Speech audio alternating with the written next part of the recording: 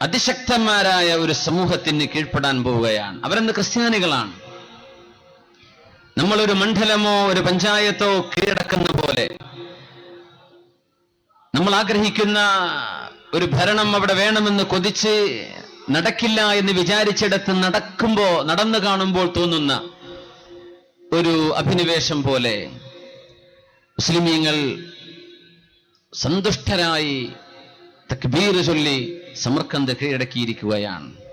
സമാധാനപരമായി ഒരു യുദ്ധം ചെയ്യേണ്ട ആവശ്യം പോലും വന്നില്ല. ആ സമയത്ത് സമർക്കന്തുകാർ അവിടുത്തെ ഏറ്റവും വലിയ പുരോഹിതന്റെ മുമ്പിൽ ചെന്നു. അവരോട് ചെന്ന് വിഷയം പറഞ്ഞു. ഫാദർ, ഞങ്ങൾക്കിതാണ് സംഭവിച്ചത്. മുസ്ലിമീങ്ങൾ ഏതെങ്കിലും ഒരു നഗരത്തിലേക്ക് യുദ്ധതന്ത്രവുമായി കടന്നു വരുമ്പോ ഇസ്ലാമിന്റെ പ്രമാണപ്രകാരം അവർ ഇസ്ലാമിലേക്ക് ദഅവത്ത് ചെയ്യണം. അതൊന്നും ചെയ്യാതെ നമ്മുടെ കോട്ടക്കകത്തേക്ക് ഇരച്ചു കയറി വന്ന് ആൾമാറാട്ടം നടത്തി അവർ നമ്മെ കീഴടക്കിയിരിക്കുകയാണ്. അവരുടെ ഫാദർ പറഞ്ഞു, പുരോഹിതൻ പറഞ്ഞു, നിങ്ങൾ പേടിക്കണ്ട, മുസ്ലിമീങ്ങളുടെ സൈന്യത്തിന്റെ നേതാവിനെ ഞാൻ കോടതിയിൽ കയറ്റിക്കൊള്ളാം. അവർ പറഞ്ഞു, എങ്ങനെ? അവർ ജയിച്ചവരാണ്, അവരെ എങ്ങനെ നമുക്ക് കോടതി കയറ്റാൻ പറ്റും? അദ്ദേഹം ആ നേരത്തെ പറഞ്ഞു, ഖലീഫത്തുൽ മുസ്ലിമീൻ ഉമർ ഇബ്നു അബ്ദുൽ അസീസ് ഫഹുവ റജുലുൻ ആദിൽ. മുസ്ലിമീങ്ങളുടെ ഖലീഫ അമീറുൽ മുഅ്മിനീൻ ഉമർ ഇബ്നു അബ്ദുൽ അസീസ് ഉണ്ട്. അദ്ദേഹം റജുലുൻ ആദിലുൻ, നീതിമാനായ ഭരണാധികാരിയാണ്. ഉമർ ഇബ്നു അബ്ദുൽ അസീസിനോട് ഞാൻ വിഷയം പറയും, ഷാമിലേക്ക് ഞാൻ വിവരമറിയിക്കും. ഉമർ ഇബ്നു അബ്ദുൽ അസീസിനോട് പരാതി പറഞ്ഞാൽ മുസ്ലിമീങ്ങൾക്കെതിരെ വിധി പറയിപ്പിക്കും ഉമർ ഇബ്നു അബ്ദുൽ അസീസ്, എനിക്ക് ഉറപ്പുണ്ട്. ആര് പറഞ്ഞു? ക്രിസ്ത്യാനികളുടെ അവിടുത്തെ നേതാവ്. ആ ക്രിസ്തീയ പുരോഹിതൻ തന്റെ ദൂതനെ പറഞ്ഞയച്ചു ഉമർ ഇബ്നു അബ്ദുൽ അസീസ് റളിയല്ലാഹു അൻഹുവിന്റെ അരികത്തേക്ക്. ആരാണ് ഉമർ ഇബ്നു അബ്ദുൽ അസീസ് റളിയല്ലാഹു അൻഹു എന്നറിയണം. ഖലീഫ ഉമർ ഇബ്നുൽ ഖത്താബ് റളിയല്ലാഹു അൻഹു അമീറുൽ മുഅ്മിനീൻ ആയിരുന്ന സാനിൽ ഖുലഫാക്കളിൽ രണ്ടാമത്തവരായ ഉമർ റളിയല്ലാഹു അൻഹുവിന്റെ പേരക്കുട്ടിയാണ്. ആ പരമ്പരയിൽ വന്ന മോനാണ്. ഉമർ സാനി എന്നറിയപ്പെടുന്ന, രണ്ടാമത്തെ ഉമർ എന്നറിയപ്പെടുന്ന നീതിമാനായ ഉമർ ഇബ്നു അബ്ദുൽ അസീസ് റളിയല്ലാഹു അൻഹുവിന്റെ മുമ്പിലേക്ക് ദൂതൻ ചെന്നു. എന്നിട്ട് അവരോട് പറഞ്ഞു, ഇതൊക്കെയാണ് വിഷയം. ഞങ്ങളുടെ നാട്ടിലേക്ക് നിങ്ങളുടെ മുസ്ലിമീങ്ങളുടെ സൈന്യം ഇരച്ചു കയറി ഞങ്ങളെ ബന്ദികളാക്കിയിട്ടുണ്ട്, അല്ലെങ്കിൽ ഞങ്ങളുടെ ഭരണം അവർ പിടിച്ചെടുത്തിട്ടുണ്ട്, പരിഹാരം വേണം. ഉമർ ഇബ്നു അബ്ദുൽ അസീസ് റളിയല്ലാഹു അൻഹുവിനോട് പരാതി പറയുന്നത് അമുസ്ലിമീങ്ങൾ. ആർക്കെതിരെ? മുസ്ലിമീങ്ങൾക്കെതിരെ. ഇത്മഇൻ വഹ്ദഅ ബാലൻ ഫൽഇസ്ലാമു ലാ യഅരിഫു ഗൈറൽ അദ്ൽ. ഉമർ ഇബ്നു അബ്ദുൽ അസീസിന്റെ അനശ്വരമായ വാക്കുകളാണത് റളിയല്ലാഹു അൻഹു. ഇഹ്ദ ഇത്മഇൻ, നിങ്ങൾ ശാന്തമായിരിക്കൂ. വഹ്ദഅ ബാല, സമാധാനപരമായി നിന്നോളൂ, പേടിക്കണ്ട. ഫൽഇസ്ലാമു ലാ യഅരിഫു ഗൈറൽ അദ്ൽ, ഇസ്ലാമിന്റെ നീതിയല്ലാതെ മറ്റൊന്നും അറിയില്ല. ഇസ്ലാമിന്റെ നീതിയല്ലാതെ അറിയില്ല, അതുകൊണ്ട് പേടിക്കണ്ട. എന്നിട്ട് പറഞ്ഞു, മുസ്ലിമീങ്ങളുടെ സമർക്കന്ദിലെ ഭരണാധികാരിക്ക് ഞാൻ കത്തെഴുതുന്നുണ്ട്. അദ്ദേഹത്തോട് മുസ്ലിമീങ്ങളിലെ തന്നെ ഒരു ഖാദിയെ, ഒരു ജഡ്ജിനെ നിയമിക്കാൻ ഞാൻ നിയോഗിക്കുന്നു. ആ ജഡ്ജ് ഈ വിഷയത്തിൽ വിധി പറയണം. മഹാനായ ഉമർ ഇബ്നു അബ്ദുൽ അസീസ് റളിയല്ലാഹു തആല അൻഹു ബഹുമാനപ്പെട്ടവർ കത്തെഴുതി സമർക്കന്ദിന്റെ വാലിയോട്, സമർക്കന്ദിന്റെ ഭരണാധികാരിയോട്, നിങ്ങളിൽ നിന്ന് ഒരാളെ ഖാദിയായി നിങ്ങൾ നിയമിക്കണം, അദ്ദേഹം ഈ വിഷയത്തിൽ വിധി പറയട്ടെ. ഖാദി കേൾക്കാനിരിക്കുകയാണ്. വാദിയും പ്രതിയും ആരാണ്? വാദിക്കുന്നത് ക്രിസ്ത്യാനികളുടെ നേതാവാണ്, പുരോഹിതനാണ്. പ്രതി ആരാണ്? മുസ്ലിമീങ്ങളുടെ നേതാവ് ഖുതൈബത്ത് ബിൻ മുസ്ലിം എന്നറിയപ്പെടുന്ന റളിയല്ലാഹു അൻഹു എന്ന മഹാനുഭാവൻ. അപ്പോ ഖാദി ചോദിച്ചു, നിങ്ങൾക്ക് എന്താ പറയാനുള്ളത് വാദിയോട്? പുരോഹിതൻ പറഞ്ഞു, ഞങ്ങൾക്കറിയാം ഇസ്ലാം 3 വിഷയം മുന്നോട്ട് വെച്ചതിന്റെ ശേഷമാണ് ഒരു യുദ്ധത്തിലേക്ക് പ്രവേശിക്കാറുള്ളൂ. ഒന്ന്, ഇസ്ലാമിലേക്ക് ദഅവത്ത് ചെയ്യും, ഇസ്ലാമിലേക്ക് ക്ഷണിക്കും. അങ്ങനെ നിങ്ങളുടെ ആളുകൾ ഇവിടെ ചെയ്തിട്ടില്ല. രണ്ടാമത്തേത്, നിങ്ങൾക്ക് അധികാരം കിട്ടിക്കഴിയുമ്പോ ഞങ്ങളോട് ജിസിയ ചോദിക്കും, ഞങ്ങളുടെ കീഴിൽ ടാക്സ് തന്ന് ജീവിക്കാൻ നിങ്ങൾ സന്നദ്ധരാണോ എന്ന് അതും നിങ്ങളുടെ ആളുകൾ ഞങ്ങളോട് ചോദിച്ചിട്ടില്ല. ഇത് രണ്ടും നടന്നില്ലെങ്കിലാണ് യുദ്ധം. അവർ നേരെ ഞങ്ങളുടെ നാട്ടിലേക്ക് ഇരച്ചു കയറുകയാണുണ്ടായത്. മഹാനായ ഖാലി ചോദിച്ചു മുസ്ലിമീങ്ങളുടെ നേതാവ് ഖുതൈബത്ത് ബിൻ മുസ്ലിം തങ്ങളോട്, ഇതാണോ സംഭവിച്ചത്? അദ്ദേഹം പറഞ്ഞു, അസ്ലഹല്ലാഹുൽ ഖാലി ഇന്നൽ ഹർബ ഖുദ്അ, യുദ്ധം തന്ത്രമാണല്ലോ. വഹാദൽ ബലദ്, ഈ നാട് അൻഖദഹുല്ലാഹ് അലാ ഐദി ജുനൂദിന, നമ്മുടെ സൈന്യത്തിന്റെ കരങ്ങളാൽ ഈ രാജ്യത്തെ അവിശ്വാസത്തിൽ നിന്ന് വിശ്വാസത്തിലേക്ക് അല്ലാഹു കൊണ്ടുവന്നിരിക്കുകയാണ്. വഹദാഹു ഇലാ തുരീഖിൽ ഹഖ് വന്നൂർ, പ്രകാശത്തിന്റെയും സത്യത്തിന്റെയും വഴിയിലേക്ക് ഈ നാടിനെ അല്ലാഹു വഴി നടത്തിയിരിക്കുകയാണ്. ഇനിവിടെ ഞങ്ങൾ ചെയ്തത് തെറ്റാണെന്ന് വരുത്തുകയാണോ ജഡ്ജ് നിങ്ങൾ ചെയ്യുന്നത് എന്ന് മുസ്ലിമീങ്ങളുടെ നേതാവ് ഖാലി പറഞ്ഞു. വഹൽ ഖയ്യർതും മഹ്ലഹ ബഅദ വാഹിദത്തിൻ മിൻ സലാസ്, ഇസ്ലാം മുന്നോട്ട് വെക്കുന്ന 3 പ്രമാണങ്ങൾ ഇത് നിങ്ങൾ ഈ രാജ്യക്കാരോട് പറഞ്ഞിട്ടുണ്ടോ? ഇവരോട് നിങ്ങൾ മുന്നോട്ട് വെച്ചിട്ടുണ്ടോ? ഇസ്ലാം, ജിസിയ അല്ലെങ്കിൽ യുദ്ധം, ഇത് നടന്നിട്ടുണ്ടോ? ലാ അയ്യുഹൽ ഖാലി, ഇത് നടന്നിട്ടില്ല. ആ സമയത്താണ് മുസ്ലിം ചരിത്രത്തിൽ കാണാൻ കഴിയുന്ന, അല്ല ലോക ചരിത്രത്തിൽ കാണാൻ കഴിയുന്ന ഏറ്റവും വലിയ നീതിയുടെ ഒരു വെർഡിക്റ്റ് ഖാലി പുറപ്പെടുവിക്കുന്നു. ലോക ചരിത്രത്തിൽ സമർഖന്ദിലല്ലാതെ ഇത് കാണാൻ കഴിയില്ല. മുസ്ലിമീങ്ങളുടെ കൂടെയല്ലാതെ ഈ വിധി ന്യായം കാണാൻ കഴിയില്ല. ഖാലി വിധി പറയുന്നത്, ഖദ് ഹകംതു അലാ ജയ്ഷിൽ മുസ്ലിമീൻ, മുസ്ലിം സൈന്യത്തോട് ഞാൻ ഉത്തരവിടുകയാണ്, ബിഅൻ യഖ്റുജ മിൻ സമർഖന്ദ് വയുസല്ലിമൽ ബിലാദ ഇലാ അഹ്ലിഹാ, മുസ്ലിമീങ്ങളൊന്നാകെ സമർഖന്ദ് വിട്ടുപോകണം. സമർഖന്ദിന്റെ അധികാരം ഇവിടുത്തെ ക്രിസ്ത്യാനികൾക്ക് തന്നെ തിരിച്ചേൽപ്പിക്കണം. എല്ലാവരും തിരിച്ചു പോകണം. എങ്ങനെയുണ്ട്? ഒരു പഞ്ചായത്ത് ജയിച്ചടക്കിയതിന്റെ ശേഷം നിങ്ങളത് കൈയൊഴിയണം എന്ന് പറയുന്ന പോലെ, ഒരു മണ്ഡലം കിട്ടിയതിന്റെ ശേഷം നിങ്ങളത് ഒഴിവായി കൊടുക്കണം എന്ന് പറയുന്നത് പോലെ, അതിന്റെ ഒക്കെ അപ്പുറത്താ സമർഖന്ദിന്റെ വിഷയം.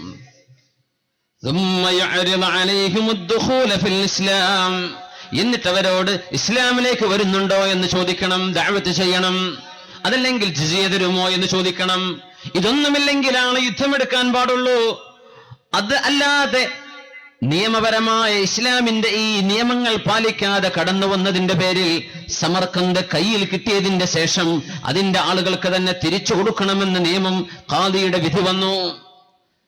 മഹാനായ ഉമർ ഇബ്നു അബ്ദുൽ അസീസ് റളിയല്ലാഹു തആല അൻഹുവിന്റെ ഖാദിയാണ് ഈ വിധി പറയുന്നത്. മുസ്ലിമീങ്ങൾ ഒന്നാകെ സമർഖന്ദിൽ നിന്ന് പടിയിറങ്ങുകയാണ്. അപമാനത്തോടുകൂടെ പുറത്തിറങ്ങി സമർഖന്ദിന്റെ ഭരണാധികാരം ക്രിസ്ത്യാനികളെ തന്നെ തിരിച്ചേൽപ്പിച്ച് പുറത്തു വരുമ്പോ സമർഖന്ദുകാർ അന്താളിച്ചു നിന്നുപോയി. അവര് പറഞ്ഞു, ഇങ്ങനെയാണോ ഇസ്ലാം? ഇതാണോ ഇസ്ലാമിന്റെ നീതിബോധം? ഇങ്ങനെയാണെങ്കിൽ ഖുതൈബത്ത് ബിൻ മുസ്ലിം, നിങ്ങളും നിങ്ങളുടെ കൂടെയുള്ള സൈന്യവും നിങ്ങൾ ഞങ്ങളുടെ നാട്ടിലേക്ക് സ്വാഗതം. നിങ്ങൾക്ക് ഫഇന്നാ നശ്ഹദു അല്ലാ ഇലാഹ ഇല്ലല്ലാഹ് വനശ്ഹദു അന്ന മുഹമ്മദർ റസൂലുള്ളാഹ്. ആകാശ ലോകത്ത് നിന്ന് വരുന്ന വഹയിന് നിങ്ങൾ ഇങ്ങനെ കീഴ്പ്പെടുന്നവരാണെങ്കിൽ, നിങ്ങളുടെ മുത്തുനബിയുടെ നിർദ്ദേശങ്ങളും നിങ്ങളുടെ ഖലീഫയെയും നിങ്ങൾ ഇങ്ങനെ അനുസരിക്കുന്നവരാണെങ്കിൽ, ഇതുപോലെ നീതിയുണ്ടാവുക ദൈവദത്തമായ ദിവ്യമായ വെളിപാടുകൾക്ക് മാത്രമാണ്. അതുകൊണ്ട് ഞങ്ങൾ മുസ്ലിമാവട്ടെ. സമർഖന്ദുകാർ മുഴുവനും അവിടുത്തെ മെയിൻ പാട്രിയാർക്കീസ് ആദ്യം ചൊല്ലി, അശ്ഹദു അല്ലാ ഇലാഹ ഇല്ലല്ലാഹ് വഅശ്ഹദു അന്ന മുഹമ്മദർ റസൂലുള്ളാഹ്. 10,000-ങ്ങളല്ല, ലക്ഷക്കണക്കിന് ആളുകളാണ് സമർഖന്ദിൽ ഒരു ദിവസം കലിമ ചൊല്ലിയത്. എന്നിട്ട് അവർ പറഞ്ഞു, ഇനി ഞങ്ങളുടെ നാട്ടിലേക്ക് വരൂ. യുദ്ധം ചെയ്യാൻ വരുന്ന യോദ്ധാക്കളായിട്ടല്ല, ഞങ്ങളുടെ സഹോദരന്മാരായിട്ട് നിങ്ങൾ തന്നെ ഭരണം നടത്തിക്കോളൂ. ഞങ്ങളുടെ നേതാക്കന്മാർ നിങ്ങളാണ്. ഇസ്ലാമിൽ ഇങ്ങനെ ഒരു നീതിയുണ്ടെങ്കിൽ അത് ഞങ്ങൾക്ക് വളരെയേറെ ഇഷ്ടപ്പെട്ടു. ഞങ്ങൾ ഇസ്ലാമിലേക്ക് വരികയാണ്. സമർഖന്ദിന്റെ ചരിത്രത്തിലാണ് നമുക്കത് കാണാൻ കഴിയുന്നത്. അധികാരം ലഭിച്ചതിന്റെ ശേഷവും തങ്ങൾക്ക് ലഭിച്ച അധികാരം നീതിയുക്തമാണോ അല്ലയോ? തങ്ങൾക്ക് ലഭിച്ചിരിക്കുന്നത് ന്യായമാണോ അന്യായമാണോ? അതിന് ന്യായത്തിനൊപ്പം വിധി പറഞ്ഞു മുസ്ലിമിന്റെ ഖാദി. ഇവിടെയാണ് വിശുദ്ധ ഖുർആൻ പറയുന്നത്, വഅദല്ലാഹുല്ലദീന ആമനൂ മിൻകും വഅമിലുസ് സ്വാലിഹാത്ത് ലയസ്തഖ്ലിഫന്നഹും ഫിൽ അർദ് കമ ഇസ്തഖ്ലഫല്ലദീന മിൻ ഖബ്ലിഹിം വഅദല്ലാഹ്, അല്ലാഹു നിങ്ങൾക്ക് വാക്ക് തന്നിരിക്കുന്നു, അല്ലാഹു നിങ്ങൾക്ക് കരാർ ഏൽപ്പിച്ചിരിക്കുന്നു, അല്ലാഹു നിങ്ങൾക്ക് ഇതാ പ്രോമിസ് ചെയ്യുന്നു. വഅദല്ലാഹ്, ആരോട്? അല്ലദീന ആമനൂ മിൻകും, നിങ്ങളിൽ സത്യവിശ്വാസം കൈകൊണ്ടവർക്കും, വഅമിലുസ്സാലിഹാത്തി, സൽക്കർമ്മം ചെയ്തവർക്കും. അല്ലാഹു എന്തു ചെയ്യുമെന്നാണ്? ലയസ്തഖ്ലിഫന്നഹും ഫിൽ അർളി, ഭൂമിയിൽ അല്ലാഹു അവരുടെ കൈകളിൽ അധികാരം കൊടുക്കും. കമസ്തഖ്ലഫല്ലദീന മിൻ ഖബ്ലിഹിം, അവരുടെ മുൻഗാമികൾക്ക് അല്ലാഹു ഏൽപ്പിച്ച പോലെ നിങ്ങൾക്കിടെ കയ്യിലേക്ക് അല്ലാഹു ഖിലാഫത്ത് ഏൽപ്പിക്കുക തന്നെ ചെയ്യും. വലയുമക്കിനന്ന ലഹും ദീനഹുമുല്ലദി ഇർതദാ ലഹും, അല്ലാഹു അവർക്ക് തൃപ്തിപ്പെട്ടു കൊടുത്ത പരിശുദ്ധമായ ഇസ്ലാം, അതനുസരിച്ച് ജീവിക്കാൻ പറ്റുന്ന രീതിയിൽ ഉള്ള ചുറ്റുപാടുകൾ അല്ലാഹു നിങ്ങൾക്ക് തരും. ഇസ്ലാമിന് പ്രയാസകരമല്ലാത്തത്, ഒരു മുസ്ലിമിന് പ്രയാസമില്ലാതെ മുസ്ലിമിന്റെ ശരീഅത്തനുസരിച്ച് ജീവിക്കാൻ പറ്റുന്ന ചുറ്റുപാടുകൾ അല്ലാഹുവിൽ വിശ്വസിച്ചവർക്കും സൽക്കർമ്മം ചെയ്യുന്നവർക്കും അധികാരവും ഇസ്ലാം അനുസരിച്ച് ജീവിക്കാനുള്ള സൗകര്യവും ഞാൻ ചെയ്തു കൊടുക്കും. അല്ലാഹുവിന്റെ കരാറാണ്.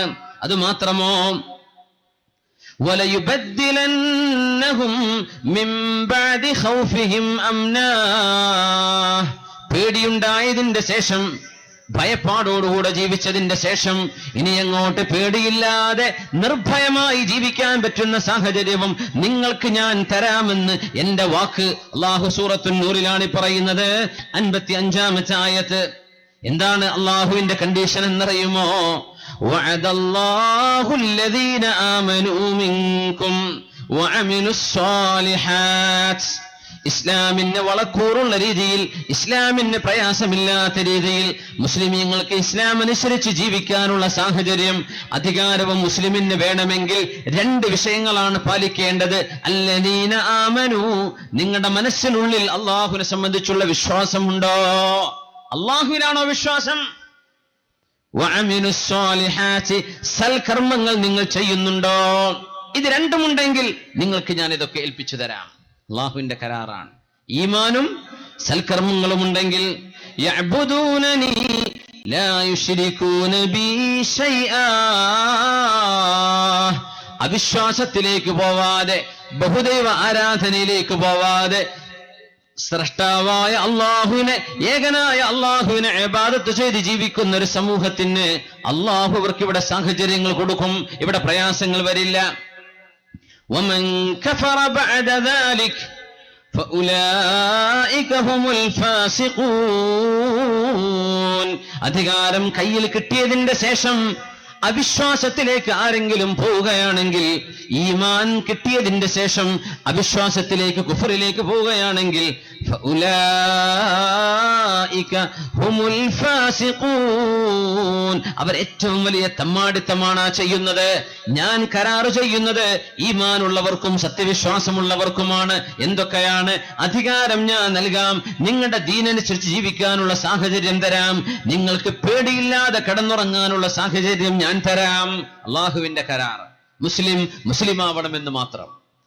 പരിശുദ്ധമായ ഷാമിലേക്ക് ഉമർ ഇബ്നുൽ ഖത്താബ് റളിയല്ലാഹു അൻഹു നടന്നു പോകുന്നു. ഷാമിലേക്ക്, ഖുദ്സിലേക്ക് കടന്നു ചെല്ലുമ്പോ ഖുദ്സുകാർ അവിടുത്തെ പാട്രിയാർക്കീസ് ഉമർ എന്നവരെ വിളിച്ചതാണ്. അമീറുൽ മുഅ്മിനീൻ, ഖുദ്സിന്റെ ഭരണാധികാരം നിങ്ങളുടെ കയ്യിൽ ഞങ്ങൾ ഏൽപ്പിച്ചു തരാം. അങ്ങോട്ട് ചെല്ലുമ്പോ ഖുദ്സിന്റെ മുറ്റത്ത് ചെറിയൊരു പുഴയുണ്ടായിരുന്നൊരു നദിയുണ്ട്. ആ നദിയിലൂടെ കാൽ കടന്നു വേണം, ചവിട്ടി വേണം അക്കരെ എത്താൻ. ഫാറൂഖ് റളിയല്ലാഹു അൻഹു ചെളിയിലൂടെ നടന്ന് ആ കാലൊന്നു പോലും കഴുകി വൃത്തിയാക്കാൻ നേരമില്ലാതെ തന്നെ കാത്തിരിക്കുന്ന ആ ബാലവൃദ്ധം ജനങ്ങളിലേക്ക് കടന്നു ചെല്ലുമ്പോ ഖലീഫത്തുൽ മുസ്ലിമീനോട് കൂടെയുള്ളവർ ചോദിച്ചു, അമീറുൽ മുഅ്മിനീൻ, വസ്ത്രമൊന്ന് മാറിക്കൂടെ? വസ്ത്രമൊന്ന് മാറ്റിക്കൂടെ? ഒന്ന് വൃത്തിയായി നല്ല സുമുഖനായിട്ട് ചെന്നുകൂടെ?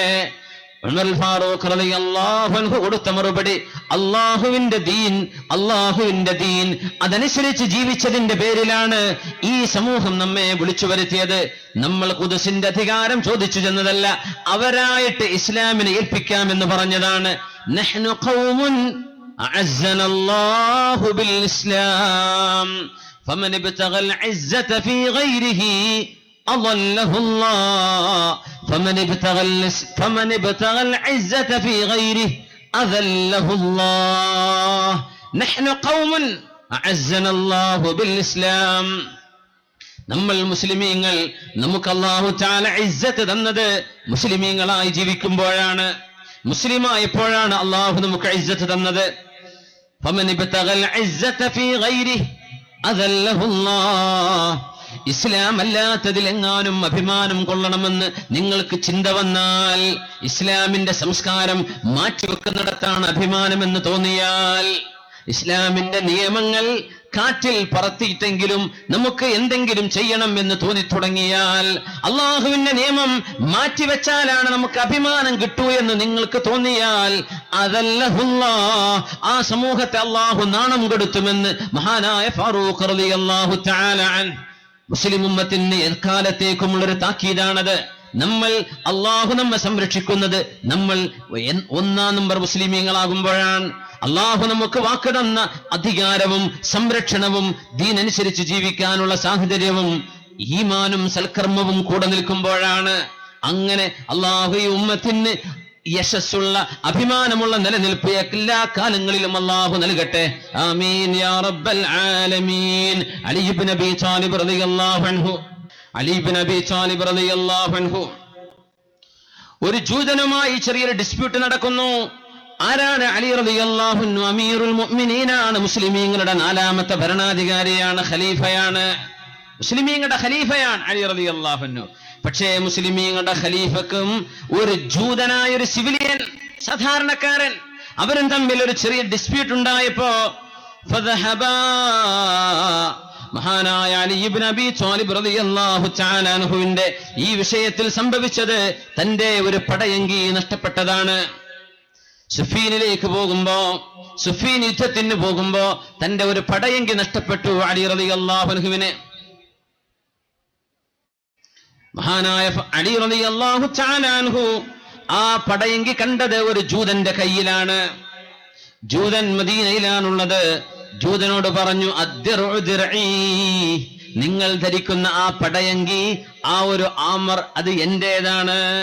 ലം അബ്യ വലം അഹബ്, ഞാൻ ഒരാൾക്കും അത് വിറ്റിട്ടില്ല, ഞാൻ ഒരാൾക്കും അത് വെറുതെ കൊടുത്തിട്ടില്ല, അത് എന്റേതാണ്. നിങ്ങളുടെ കയ്യിൽ എങ്ങനെ വന്നു? ജൂതൻ അത് തട്ടിയെടുത്തതായിരുന്നു. ജൂതൻ പറഞ്ഞു,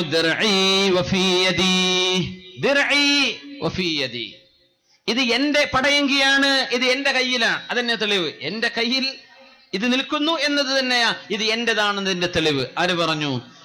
ജൂതൻ പറഞ്ഞു. അലി റളിയല്ലാഹു അൻഹു പറഞ്ഞു, നമുക്ക് ഖാദിയുടെ അടുത്തേക്ക് പോകാം. ആരാണ് ഖാദി? മഹാനായ ശുറൈഹ് റളിയല്ലാഹു അൻഹു ആണ്. ശുറൈഹുൽ ഖാദി റളിയല്ലാഹു അൻഹു. അലി റളിയല്ലാഹു അൻഹും ജൂതനും ശുറൈഹ് റളിയല്ലാഹു അൻഹുവിന്റെ അരികത്തേക്ക് വന്നിരിക്കുന്നു. ശുറൈഹ് എന്നവർ പറഞ്ഞു, ലൗലാ അന്ന ഖസ്മി യഹൂദി ലസ്തവൈതു മഅഹു ഫിൽ മജ്ലിസ് ولكني سمعت رسول الله صلى الله عليه وسلم يقول أصغروهم من حيث أصغرهم الله. അലി റളിയല്ലാഹു അൻഹു ശുറൈഹ് എന്നവരുടെ അരികത്തേക്ക് വന്നിരിക്കുന്നു. തന്റെ പ്രതിയായ, തന്റെ എതിർകക്ഷിയായ ജൂതനപ്പുറത്തിരിക്കുന്നുണ്ട്. അലി റളിയല്ലാഹു അൻഹു ശുറൈഹുൽ ഖാദിയുടെ അരികത്തേക്ക് വന്നിരുന്നിട്ട് പറഞ്ഞു, ശുറൈഹേ, എന്റെ അപ്പുറത്തുള്ളത് ജൂതനാണല്ലോ. അല്ലായിരുന്നുവെങ്കിൽ ജൂതന്മാർ മുസ്ലിമീങ്ങൾ ഒരുപാട് ഉപദ്രവിച്ചവരാണല്ലോ, മുസ്ലിമീങ്ങൾക്കെതിരെ ഒരുപാട് വഞ്ചന നടത്തിയവരാണല്ലോ. അതുകൊണ്ട് എനിക്ക് അയാളുടെ കൂടെ ഇരിക്കാൻ വിഷമമുണ്ട്. അല്ലായിരുന്നുവെങ്കിൽ ഞാൻ അയാളുടെ കൂടെ പോയി ഇരുന്നേനെ. മുസ്ലിമീങ്ങളുടെ ഭരണാധികാരി, മുസ്ലിമീങ്ങളുടെ അമീർ, 4ാമത്തെ ഖലീഫയായിരുന്ന അള്ളാഹുവിന്റെ റസൂലിന്റെ പുതയാപ്പിളയായ അലി ഇബ്നു അബീ ത്വാലിബ് റളിയല്ലാഹു അൻഹു ശുറൈഹ് റളിയല്ലാഹു അൻഹു പറഞ്ഞു, ഖുൽ യാ അമീറൽ മുഅ്മിനീൻ, അമീറുൽ മുഅ്മിനീൻ, പറഞ്ഞോളൂ, എന്താണ് വിഷയം? അലി റളിയല്ലാഹു അൻഹു പറഞ്ഞു തുടങ്ങി, ഈ യുദ്ധത്തിന് ധരിക്കുന്ന കുപ്പായം, ഇരുമ്പിന്റെ കുപ്പായം, ഈ ഒരു പടയങ്കി, ഇത് എന്റേതാണ്. ഇത് ഞാൻ ആർക്കും വിറ്റിട്ടില്ല, ഞാൻ ആർക്കും വെറുതെ കൊടുത്തിട്ടുമില്ല. ഈ ജൂതൻ ഇത് കൈവശം വെച്ചിരിക്കുന്നു, എനിക്കത് തിരിച്ചു കിട്ടണം. ആരായി പരാതി പറയുന്നത്? അമീറുൽ മുഅ്മിനീൻ. തന്റെ പോലീസുകാരോട് പറഞ്ഞ് പിടിച്ചു വലിച്ചു കൊണ്ടുവന്നുകൂടെ? പറ്റില്ല. അധികാരം കയ്യിലുണ്ടാകുമ്പോ അൽ ഇമാമുൽ ആദിൽ, നീതിമാനായ ഭരണാധികാരിക്ക് അല്ലാഹു നാളെ അർശിന്റെ തണൽ കൊടുക്കുമെന്ന് റസൂലുള്ളാഹ് സ്വല്ലല്ലാഹു അലൈഹി വസല്ലം. അത് കിട്ടണം, അതിനുവേണ്ടി കാത്തിരിക്കുകയാണ് അലി റളിയല്ലാഹു തആല അൻഹു. ബഹുമാനപ്പെട്ടവർ തന്റെ വാദം പറഞ്ഞു, ഞാനാണ് വാദി, ഞാൻ വാദിക്കട്ടെ, ഇത് എന്റേതാണ്. ഇയാളിൽ നിന്ന് തട്ടിപ്പറിച്ചിരിക്കുകയാണ്. ജൂതൻ പറഞ്ഞു, ദിർഇ വഫീ യദി, ഇത് എന്റേതാണ്, തെളിവ് എന്റെ കയ്യിലാണ് ഇതുള്ളത്, ഇതിനപ്പുറം എന്ത് തെളിവ് വേണം?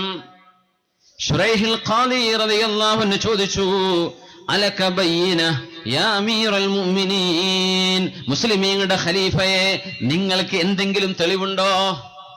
നിങ്ങളുടേതാണെന്ന് പറയാൻ വല്ല തെളിവുമുണ്ടോ?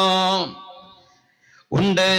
ഖൻബറു വൽ ഹസനു യശ്ഹദാൻ അന്ന ദർഅ ദർഇ, എന്റെ സന്തത സഹചാരിയും എന്റെ കൂടപ്പിറപ്പുമായ ഖൻബറുണ്ട്, പിന്നെ എന്റെ പ്രിയപ്പെട്ട പൊന്നുമോൻ ഹസൻ റളിയല്ലാഹു അൻഹു, അല്ലാഹുവിന്റെ റസൂലിന്റെ പേരക്കുട്ടിയല്ലേ, രണ്ടുപേരും എനിക്ക് അനുകൂലമായി സാക്ഷി നിൽക്കും, അവർക്കറിയാം ഇത് എന്റേതാണെന്ന്.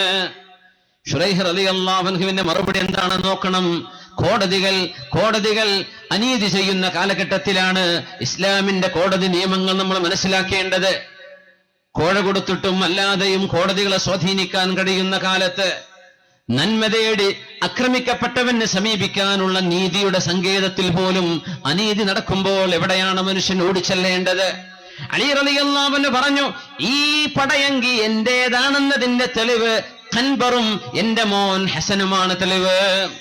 ഖാദിയുടെ മറുപടി വന്നു, ഷഹാദത്തുൽ ഇബ്നി ലാ തജൂസു ലിൽ അബ്, ബാപ്പാക്ക് വേണ്ടി സാക്ഷി പറയാൻ മക്കൾ പറ്റില്ല, മറ്റൊരാൾ വേണം.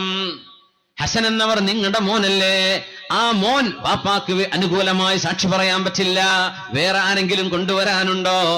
അലി റളിയല്ലാഹു അൻഹു അത്ഭുതത്തോടുകൂടെ ചോദിച്ചു, റജുലും മിൻ അഹ്ലിൽ ജന്ന, സ്വർഗ്ഗത്തിലേക്ക് പോകുന്ന ഒരു ചെറുപ്പക്കാരനെ കുറിച്ച് ലാ തജൂസു ഷഹാദത്തു, എന്റെ ഹസന്റെ ഷഹാദത്ത് വേണ്ട എന്ന് നിങ്ങൾക്ക് എങ്ങനെ പറയാൻ കഴിയും?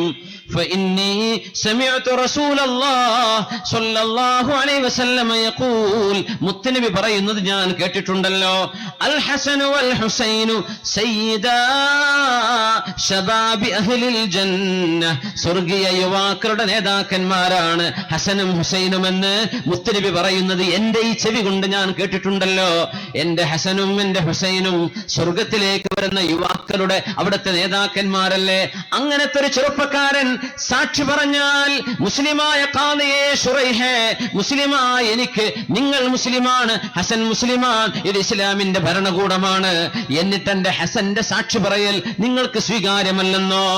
ശുറൈഹ് റളിയല്ലാഹു അൻഹു പറഞ്ഞു, അലി എന്നവരെ, നിങ്ങളുടെ പൊന്നുമോൻ സ്വർഗവാസിയാണെന്ന് എനിക്കറിയാം, അല്ലാഹുവിന്റെ റസൂൽ പറഞ്ഞു തന്നെ.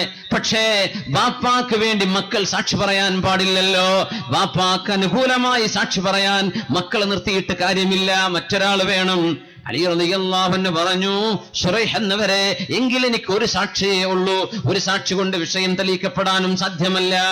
അതുകൊണ്ട് ഈ പടയങ്കി ജൂതന്റേതാണെന്ന് ഞാൻ വിധി പറയുകയാണെന്ന് അമീറുൽ മുഅ്മിനീൻ അലി റളിയല്ലാഹു അൻഹുവിനെതിരായി ജൂതൻ അനുകൂലമായി വിധി പറഞ്ഞിട്ടുണ്ട് ഇസ്ലാമിക ഭരണകൂടം. ശുറൈഹുൽ ഖാദി റളിയല്ലാഹു തആല അൻഹു ആ പടയങ്കിയും കയ്യിൽ പിടിച്ച് കോടതിയുടെ വരാന്തയിൽ പുറത്തിറങ്ങിയപ്പോഴാ ജൂതൻ പറഞ്ഞത്, അലിയെ അമീറുൽ മുഅ്മിനീൻ എന്ന് ഞാനൊന്ന് വിളിച്ചോട്ടെ, കാരണം ഞാൻ പറയുന്നു അഷ്ഹദു അല്ലാ ഇലാഹ ഇല്ലല്ലാഹ് വ അഷ്ഹദു അന്ന മുഹമ്മദർ റസൂലുള്ളാഹ്.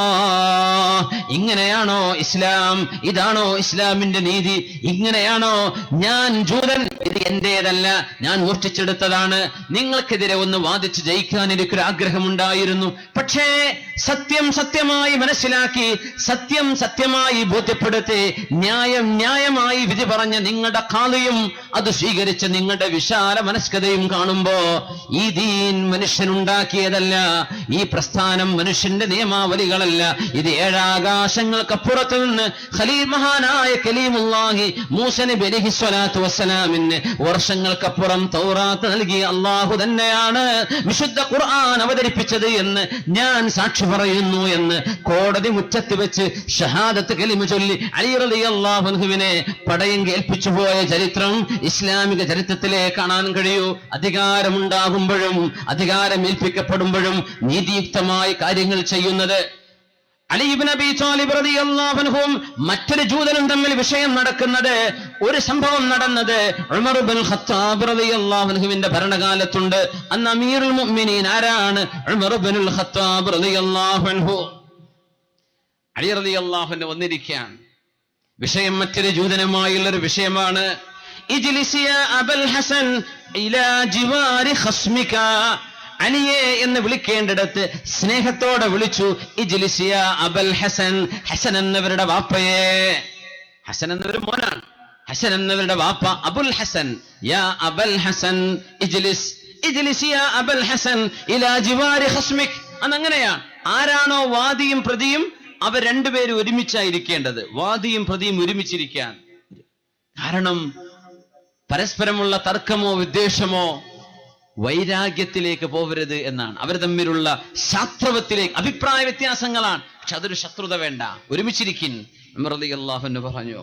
ഉമർ റളിയല്ലാഹു തആല അൻഹു ഈ ഒരു കമാൻഡ് ചെയ്തപ്പോ അലി റളിയല്ലാഹു അൻഹുവിനെ തിരസ്കരിക്കാൻ പറ്റിയില്ല.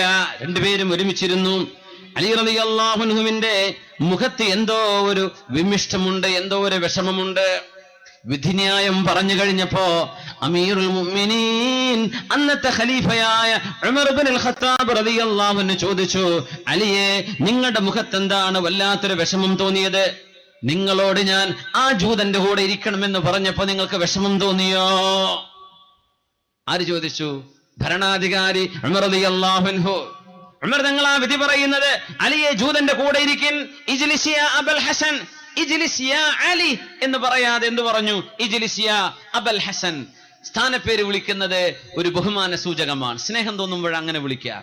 അറബികളൊക്കെ അറിയില്ലേ, ഒരു മൂത്ത മോനുണ്ടെങ്കിൽ അവരെ പേരില്ല, നിങ്ങൾക്കൊരു ഉമർ എന്ന മോനുണ്ടെങ്കിൽ നിങ്ങളുടെ പേര് അബു ഉമർ, അങ്ങനെ വിളിക്കുള്ളൂ.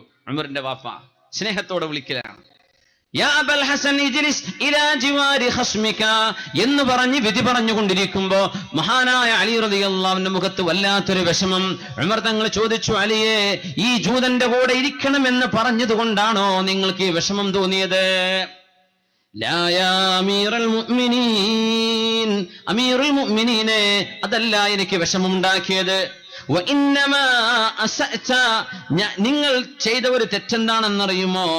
എന്റെ പേര് വിളിച്ചത് അബുൽ ഹസൻ എന്നല്ലേ, ഹസന്റെ വാപ്പ എന്നല്ലേ.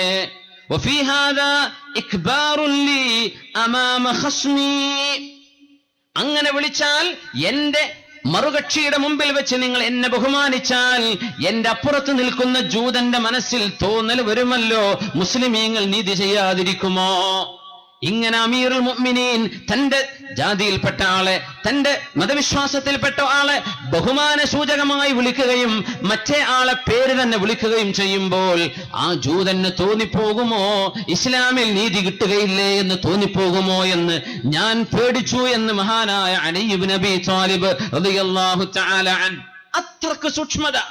പേര് വിളിക്കുമ്പോ നിങ്ങൾ എന്നെ ഇങ്ങനെ അങ്ങ് ബഹുമാനിച്ചാലേ ഇയാൾക്ക് തോന്നില്ലേ മുസ്ലിമീങ്ങൾ അവര് തമ്മിലാവും, അയാൾക്ക് അനുകൂലമാകും വിധി പറയാ എന്നൊരു തോന്നൽ, എനിക്ക് വിധി കിട്ടില്ലേ, ഇയാളും ജഡ്ജും പരിചയക്കാരാണല്ലേ എന്നൊക്കെയുള്ളൊരു തോന്നൽ ഈ അവിശ്വാസിക്ക് വരുമോ എന്ന ഒരു വിഷമം എന്റെ മനസ്സിലുണ്ടായിരുന്നു ഉമറേ. ഇനി വല്ല വിഷമവും വരുമ്പോ, നിങ്ങളുടെ മുമ്പിലേക്ക് പ്രശ്നവുമായി വരുമ്പോ നിങ്ങൾ എന്റെ ഓമന പേര് വിളിക്കരുത്, എന്നെ അലി എന്ന് വിളിച്ചാൽ മതി. ആര് പറയാ? മഹാനായ അലി ഇബ്നു അബീ ത്വാലിബ് റളിയല്ലാഹു അൻഹു. ഈ മനോഹരമായ ഇസ്ലാമിന്റെ കാഴ്ചപ്പാടുകൾ, ഇസ്ലാമിന്റെ ഈ നീതിബോധം, ഇസ്ലാമിന്റെ ഭരണാധികാരികളുടെ ഭരണകർത്താക്കളുടെ മനസ്സിനുള്ളിലെ ഈ വിശാലത, ലോക മുസ്ലിം മാത്രമല്ല ഭരണാധികാരികൾ മുഴുവനും അധികാരന്മാരുടെയൊക്കെ കൈകളിലുണ്ടോ അവരറിയണം, നീതിയിൽ നിക്ഷിപ്തമായിരിക്കണം ഭരണാധികാരം. അള്ളാഹുവിന് വേണ്ടി, അവന്റെ പ്രജകൾക്ക് വേണ്ടി, അള്ളാഹുവിന്റെ പ്രജകൾക്ക് വേണ്ടി, അള്ളാഹുവിന്റെ ആശ്രിതർക്ക് വേണ്ടി നീതി ചെയ്യുന്നവരാണ്. മഹാനായ അബൂബക്കർ റളിയല്ലാഹു തആല അൻഹു അധികാരം ഏറ്റെടുക്കുമ്പോൾ പറഞ്ഞ ചില വാക്കുകൾ വളരെ ശ്രദ്ധേയമാണ്. സത്യപ്രതിജ്ഞ ചെയ്യും അല്ലേ, ഗവർണറുടെ മുമ്പിൽ വെച്ച് സത്യപ്രതിജ്ഞ ചെയ്യുന്നു. അത് ചെയ്യുന്ന നേരത്തെ ഓർമ്മ ഉണ്ടാകും, ഇറങ്ങിപ്പോന്ന മറക്കും ചെയ്യും, പിന്നെ തോന്നിയതുപോലെ ചെയ്യാം. അവിടെയാണ് അബൂബക്കർ റളിയല്ലാഹു അൻഹുവിന്റെ മാതൃക കാണേണ്ടത്. അബൂബക്കർ സിദ്ദീഖ് റളിയല്ലാഹു അൻഹുവും പ്രതിജ്ഞ ചൊല്ലുന്നുണ്ട്.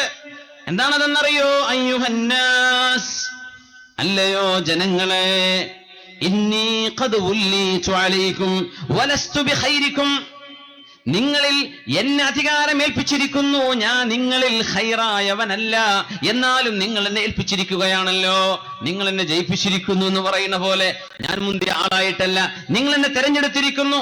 വലസ്തു ബിഖൈരിക്കും. സിദ്ദീഖ് റളിയല്ലാഹു അൻഹു ഫഇൻ അഹ്സൻതു ഫഅതീഊനി, ഞാൻ നന്മ ചെയ്താൽ നിങ്ങൾ എന്നെ അനുസരിച്ചേക്കണം.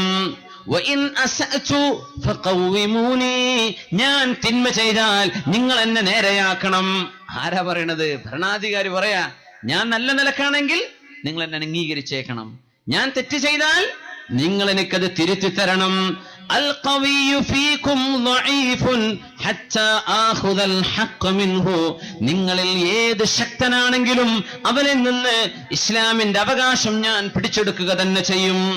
വല്ലഈഫു ഫീകും ഖവി ഹത്താ ആഖുദ ലഹുൽ ഹഖ, നിങ്ങളിൽ ദുർബലന്മാരായ ആളുകൾ പേടിക്കേണ്ട കേട്ടോ, നിങ്ങളുടെ അവകാശം ഞാൻ വാങ്ങിച്ചു തരും, നിങ്ങൾ പേടിക്കേണ്ടതില്ല. അത്വീഊനി മാ അത്അതുല്ലാഹ വറസൂലഹ്, ഞാൻ അല്ലാഹുവിനെയും അവന്റെ റസൂലിനെയും അനുസരിക്കുന്ന കാലത്തോളം നിങ്ങൾ എന്നെ അനുസരിച്ചേക്കണം.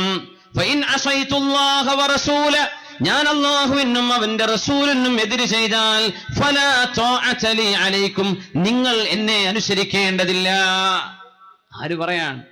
അമീറുൽ മുഅ്മിനീൻ അബൂബക്കർ ഇബ്നു അബീ ഖുഹാഫ റളിയല്ലാഹു അൻഹുമാ അധികാരം ഏറ്റെടുത്ത നേരത്ത് ജനങ്ങളോട് പറഞ്ഞ വാക്കുകളാണിത്. അല്ലാഹുവിനെ ഞാൻ അനുസരിച്ചാൽ നിങ്ങൾ എന്നെ അനുസരിച്ചേക്കുക, ഞാൻ തെറ്റ് ചെയ്താൽ നിങ്ങൾ എന്നെ അനുസരിക്കേണ്ടതില്ല എന്ന് പറഞ്ഞാൽ ഭരണാധികാരി ഏറ്റവും നല്ല മാതൃകയാകേണ്ടവരാണ്. ഏറ്റവും നല്ല മാതൃക. അവർ അഴിമതിയിൽ കുളിക്കേണ്ടവരല്ല, അവർ സ്വജനപക്ഷപാതം ചെയ്യേണ്ടവരല്ല, അവർ അനീതിയുടെ കൂടെ നിൽക്കേണ്ടവരല്ല, അവര് തോന്നിവാസത്തിന് കൂടെ നിൽക്കേണ്ടവരല്ല. അവർ ഏറ്റവും നല്ല മാതൃക കാണിക്കണം. മാതൃക കാണിക്കുമ്പോഴാണ് ജനങ്ങൾക്ക് ഭരണാധികാരികൾ വിശ്വാസം ഉണ്ടാകൂ. അവരിൽ നന്മ വേണം. ഈ നന്മയുടെ സദാചാരത്തിന്റെ സർവ്വ പാഠങ്ങളും കാറ്റിൽ പറത്തിയുള്ള ഒരു ജീവിതത്തിനിടയിലാണ് അള്ളാഹുവിന്റെ ഹബീബിന്റെ അനുയായികൾ 1400 വർഷങ്ങൾക്ക് മുമ്പ് മുത്ത് റസൂലിൽ നിന്ന് പഠിച്ചെടുത്ത അധികാരത്തിന്റെ പാഠങ്ങൾ നമ്മളോട് ചർച്ച ചെയ്യുന്നത്. അള്ളാഹു നമ്മുടെ സമൂഹത്തിൽ നീതി തരട്ടെ. അള്ളാഹു നമ്മുടെ സമൂഹത്തിലെ മുസ്ലിം ഉമ്മത്തിന്റെ അവകാശങ്ങൾ കിട്ടുന്ന അവസ്ഥകൾ അള്ളാഹു തരട്ടെ.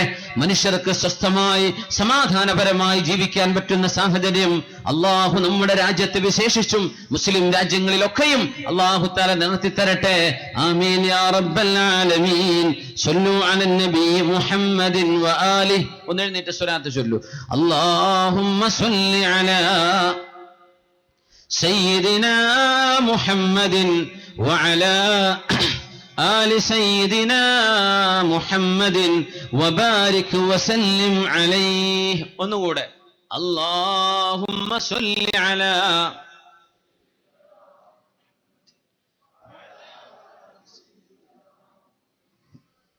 വബാരിക് വസല്ലിം അലൈഹി. അധികാരം ഏൽപ്പിക്കപ്പെടാൻ പോകുമ്പോ സിദ്ദീഖ് റളിയല്ലാഹു അൻഹു ആണോ ഉമർ എന്നവരാണോ മുസ്ലിമീങ്ങളുടെ അമീറാവേണ്ടത്? മുത്തുനബി തങ്ങൾ വഫാത്തായി കിടക്കുകയാണ്. ഹബീബായി സ്വല്ലല്ലാഹു അലൈഹി വസല്ലം തങ്ങളുടെ ഭൗതിക ശരീരം മറവ് ചെയ്യുന്നതിന്റെ മുമ്പേ മുസ്ലിമീങ്ങളുടെ അമീർ നിയമിക്കപ്പെടണമെന്ന സ്വഹാബത്തിന്റെ ഇജ്തിഹാദ്. അവരങ്ങനെ തീരുമാനിച്ചു. ഹബീബിന്റെ ശരീരം, ഭൗതിക ശരീരം മറവ് ചെയ്യാതെ 3 ദിവസം വെച്ചിട്ടുണ്ട് ഇസ്ലാമിന്റെ ഖലീഫയെ തെരഞ്ഞെടുക്കാൻ. പക്ഷേ ആ പുണ്യമേനിയിൽ നിന്ന് സുഗന്ധമല്ലാതെ മറ്റൊന്നും അടിച്ചു വീശിയിട്ടില്ലെന്ന് മഹാനായ അനസ് ഇബ്നു മാലിക് റളിയല്ലാഹു അൻഹു ഉമർ തങ്ങൾ കൈ പിടിച്ചുകൊണ്ട് പറഞ്ഞു, അബൂബക്കറെ എഴുന്നേൽക്കണം, കൈ തരൂ അബൂബക്കറെ, നിങ്ങളാണ് ഞങ്ങളുടെ നേതാവ്, നിങ്ങൾക്കാണ് ഞാൻ ബൈഅത്ത് ചെയ്യുന്നത്, എന്റെ ആദ്യത്തെ വോട്ട് നിങ്ങൾക്കാണ്, അമീറുൽ മുഅ്മിനീൻ സിദ്ദീഖ് എന്നവരെ എഴുന്നേൽക്കണേ എന്ന് പറഞ്ഞ് കൈ കൊടുത്തപ്പോ മഹാനായ സിദ്ദീഖ് റളിയല്ലാഹു അൻഹു പറഞ്ഞൊരു വാക്കുണ്ട്, ഉമറേ, മുസ്ലിമായതിന്റെ ശേഷം നിങ്ങൾ ഇസ്ലാമിലേക്ക് വന്നതിന്റെ ശേഷം എന്തെങ്കിലും ഒരു അബദ്ധം ചെയ്തതായിട്ട് എനിക്ക് തോന്നിയിട്ടുണ്ടെങ്കിൽ ഈ നിമിഷം നിങ്ങൾ എന്റെ കൈപിടിച്ചു പറഞ്ഞതാണ് നിങ്ങൾ ജീവിതത്തിൽ ചെയ്ത അബദ്ധമെന്ന്.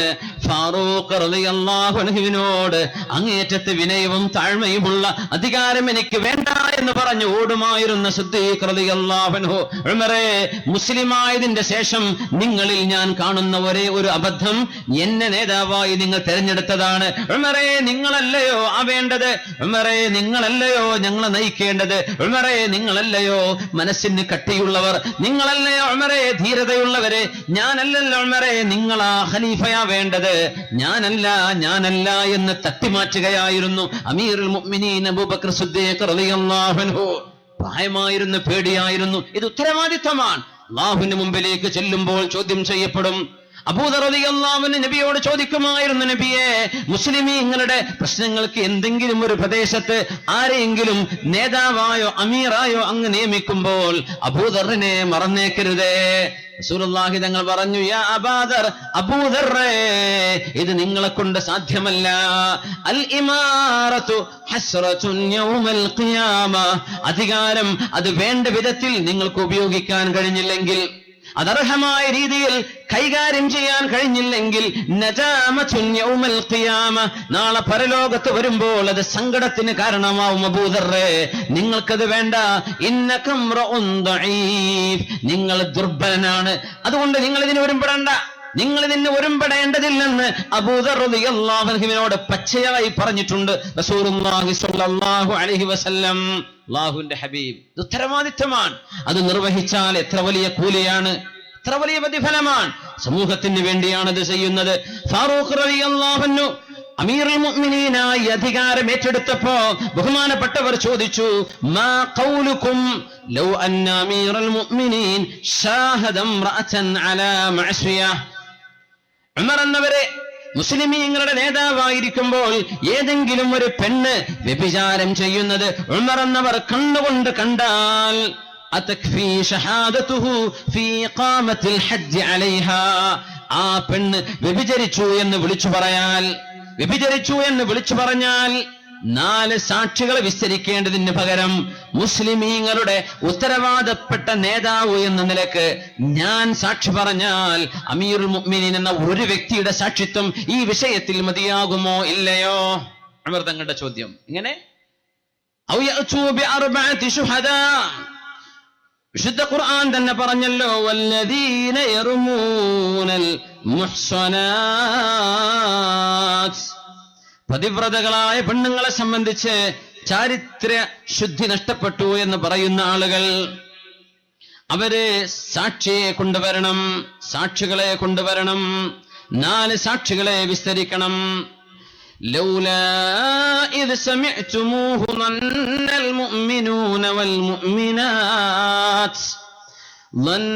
المؤمنون والمؤمنات بأنفسهم خيرا وقالوا هذا إفك مبين لولا جاءوا عليه بأربعة شهداء فإذ لم يأتوا بالشهداء فأولئك عند الله هم الكاذبون. വിശുദ്ധ ഖുർആൻ പറഞ്ഞിട്ടുണ്ട്, വ്യഭിചാര ആരോപണം ഉന്നയിക്കുമ്പോൾ ശ്രദ്ധിക്കണം.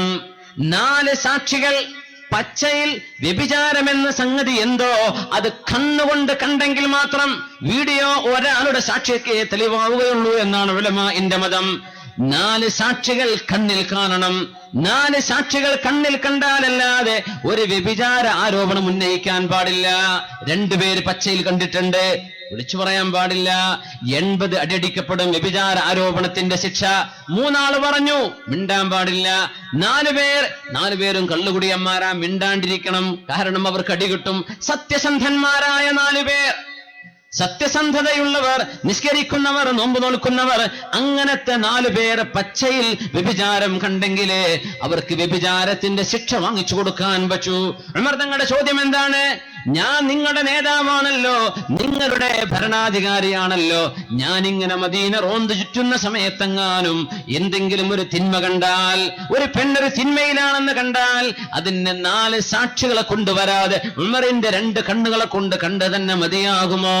ഞാൻ നിങ്ങളുടെ അമീറുൽ മുഅ്മിനീനല്ലേ എന്ന് ചോദിച്ചപ്പോഴാണ് മഹാനായ ഇസ്ലാമിന്റെ പുലിക്കുട്ടിയുടെ മറുപടി വന്നു. അലി ഇബ്നു അബീ ത്വാലിബ് റളിയല്ലാഹു അൻഹു യഅതി ബിഅർബഅതി ശുഹദാ, 4 സാക്ഷികളെ കൊണ്ടുവരണം ഉമറേ.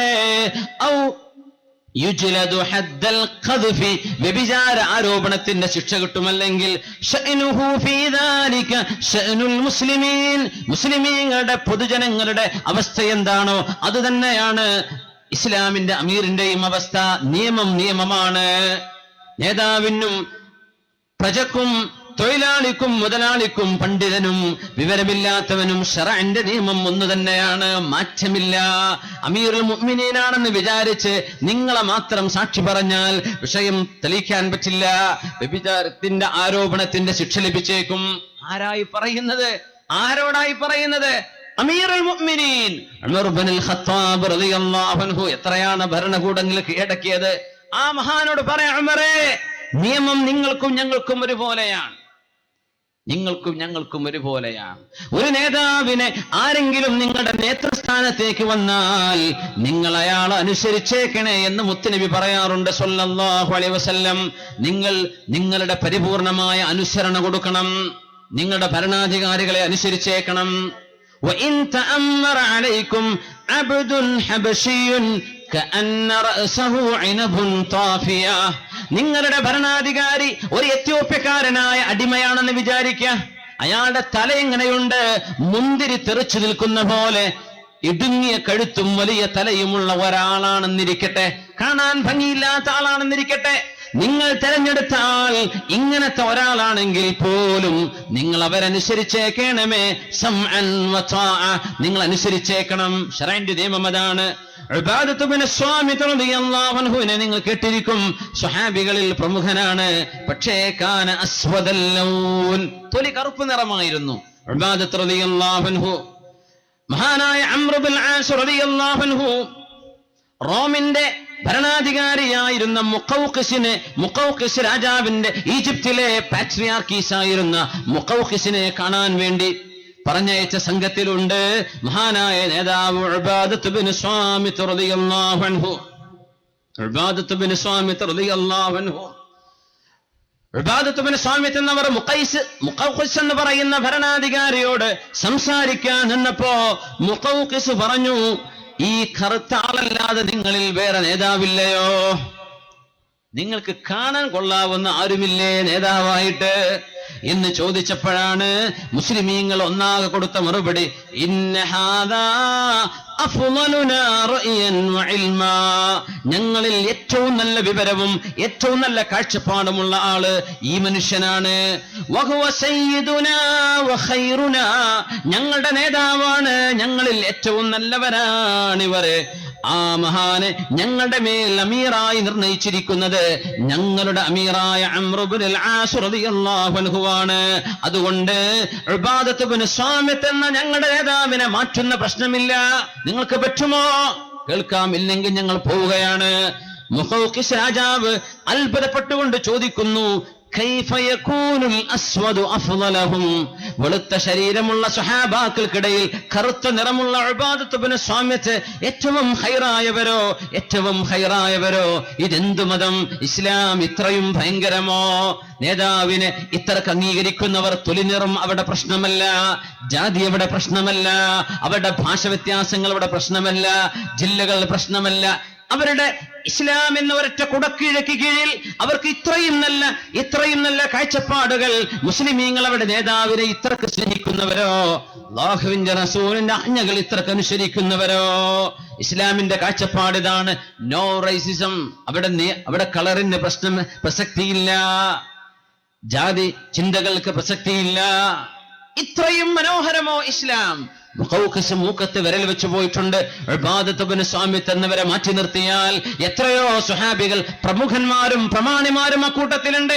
അവരൊക്കെ പറഞ്ഞു, ഈ കറുത്ത സ്വഹാബി ഇവര് തന്നെയാണ് ഞങ്ങളുടെ നേതാവ്, ഞങ്ങളിൽ ഖൈറായവർ, ഏറ്റവും നല്ല ഇൽമുള്ളവർ, നല്ല കാഴ്ചപ്പാടുള്ളവർ ഈ നേതാവാണ്. കഴിഞ്ഞു. പിന്നെ അല്ലാഹുവിന്റെ റസൂലാ പറയുമായിരുന്നത്, നിങ്ങൾ ഒറ്റക്കെട്ടായി നിൽക്കണമേ, മുസ്ലിമീങ്ങളുടെ ശബ്ദം ഒന്നാകണമേ, വിഭിന്ന സ്വരത്തിലേക്ക് പോവരുതേ, നിങ്ങൾ ഒരുപാട് ജാതികളും ഉപജാതികളുമായി ചിന്ന ഭിന്നമായി പോവല്ലേ, നിങ്ങൾ ഒന്നായി നിൽക്കണമേ. ഹബീബായി സ്വല്ലല്ലാഹു അലൈഹി വസല്ലം തങ്ങൾ നമ്മെ പഠിപ്പിക്കുകയാണ്, അധികാരത്തിന്റെ മുമ്പിൽ അധികാരത്തിന്റെ അഹങ്ക ഉപയോഗിച്ചുകൊണ്ട് അക്രമം ഇസ്ലാം അനുവദിക്കുകയില്ല. ഒന്നും ചെയ്യാൻ പറ്റില്ല, ചെയ്യാൻ പാടുള്ളതല്ല. ആരെ വിചാരിച്ച്? അള്ളാഹുവിനെ വിചാരിച്ച്. ഉമർ ഇബ്നുൽ ഖത്താബ് റളിയല്ലാഹു അൻഹുവിന്റെ ഭരണകാലത്ത് വരുന്നുണ്ട് ജബലത്ത് ഇബ്നു ഐഹം എന്ന് പറയുന്ന ആൾ. ഗസാസിന ഭരണാധികാരികളിൽപ്പെട്ട ആളാണിത്. ഇന്നത്തെ സൗദി അറേബ്യയുടെ നോർത്ത് വെസ്റ്റിലങ്ങ് മേലോട്ട് ജോർഡാനിന്റെ ഭാഗത്ത് താമസിച്ചിരുന്ന അറബ് ഗോത്രങ്ങളാണ് ഗസാസിന. അവരുടെ നേതാവാണ് ജബലത്ത് ഇബ്നു ഐഹം. അദ്ദേഹം മദീനയിലേക്ക് വരുന്നു. എങ്ങനെയാ വന്നത്? യൂണിഫോം ധരിച്ച 500ഓളം കുതിര പടയാളികളുമായി, ഒരേ നിറത്തിലുള്ള കുതിരകൾ, 500ഓളം ആളുകൾക്ക് ഒരേ തരത്തിലുള്ള ഡ്രസ്സ്, ഇതൊക്കെ അണിഞ്ഞുകൊണ്ടാ വരുന്നത്. അദ്ദേഹം എന്ന മുസ്ലിമല്ല, മദീനയിലേക്ക് വന്നു. ഉമർ ഫാറൂഖ് റളിയല്ലാഹു അൻഹു ആണ് ഭരണാധികാരി. അവിടെ ചെന്നിട്ട് പറഞ്ഞു, ഉമറേ, ഇസ്ലാം എനിക്ക് വല്ലാതെ ഇഷ്ടപ്പെട്ടു, ഞാൻ മുസ്ലിം ആവുകയാണ്. അതെയോ ജബല, യു ആർ മോസ്റ്റ് വെൽക്കം, ഇസ്ലാമിലേക്ക് ക്ഷണിക്കുകയാണ് ഉമർ റളിയല്ലാഹു അൻഹു. ഞാൻ എന്ത് ചെയ്യണം? ഇഷ്ഹദ്, നിങ്ങൾ ഷഹാദ ചൊല്ലിയേക്കണം. അഷ്ഹദു അല്ലാ ഇലാഹ ഇല്ലല്ലാഹ് വഅഷ്ഹദു അന്ന മുഹമ്മദർ റസൂലുള്ളാഹ്. ഈ ജബല മുസ്ലിമായി. പക്ഷേ ഇസ്ലാം നൈമിഷിക നേരത്തേക്കേ ഉണ്ടായിരുന്നുള്ളൂ. ആ സമയം ഹജ്ജ് നടന്നുകൊണ്ടിരിക്കുന്നു. ഉമർ തങ്ങൾ ചോദിച്ചു, ജബല, ഹജ്ജിന് പോരുന്നോ? ആ, ഞാനും വരുന്നു. ഹജ്ജിന് പോകാം. മദീനയിൽ നിന്ന് മക്കയിലേക്ക് ഹജ്ജിന് പോകുന്നു. മക്കയിലെത്തി. ജബലയുടെ കൂടെ പരിവാരങ്ങളുണ്ട്. നേതാവായിട്ട് വന്ന ആളാണ്, രാജാവായി ഇസ്ലാമിലേക്ക് വന്ന ആളാണ്. കഅബം തവാഫ് ചെയ്തുകൊണ്ടിരിക്കുന്നു. അവിടെ തിക്കും തിരക്കും കാണുമല്ലോ, പാവപ്പെട്ടവരും വൃദ്ധരും അവശരായ ആളുകളും ഒക്കെ കാണുമല്ലോ. കഅബം തവാഫ് ചെയ്തുകൊണ്ടിരിക്കുമ്പോൾ ഇസ്ലാമിലേക്ക് ഇന്നലെ വന്ന ജബലക്കറിയില്ല ഇസ്ലാം നൽകുന്ന ഏകത്വം എത്രയാണ്, ഇസ്ലാമിലെ സാഹോദര്യബോധം എത്രയാണെന്ന് ജബലക്കറിയില്ല. ജബലയും കൂടെയുള്ള ആളുകൾ ഇങ്ങനെ നടന്നുകൊണ്ടിരിക്കുമ്പോ മുസ്ലിമീങ്ങളിലെ പാവപ്പെട്ട ഒരാൾ ജബലയുടെ ചവിട്ടി. ജബലത്ത് ഇബ്നു ഐഹം തിരിഞ്ഞു നോക്കിയതുള്ള ഒരടി വെച്ചു കൊടുത്തു ആ സ്വഹാബിക്ക്. മുഖത്ത് മുറിവ് വന്ന സ്വഹാബി ഓടുകയാണ്. അമീറുൽ മുഅ്മിനീൻ ഉമർ ഇബ്നുൽ ഖത്താബ് റളിയല്ലാഹു അൻഹുവിന്റെ അരികത്തേക്ക്, ഉമറേ, ലതമനി ജബലത്ത് ഇബ്നു ഐഹം, ജബലത്ത് ഇബ്നു ഐഹം എന്റെ മുഖത്തടിച്ചു. ഉമർ തങ്ങൾ വിളിച്ചു, ജബല, ഇവിടെ വാ. നീ ഇയാൾ അടിച്ചോ? ഞാൻ അടിച്ചു. നിങ്ങൾ ചെയ്തതിട്ട് സമ്മതിച്ചിരിക്കുന്നു, അതുകൊണ്ട് ഖിസാസ് വേണം. എന്തുകൊണ്ടാ നിങ്ങൾ അടിക്കാൻ കാരണം? അമീറുൽ മുഅ്മിനീൻ, എന്റെ വസ്ത്രത്തിൽ അയാൾ ചവിട്ടി.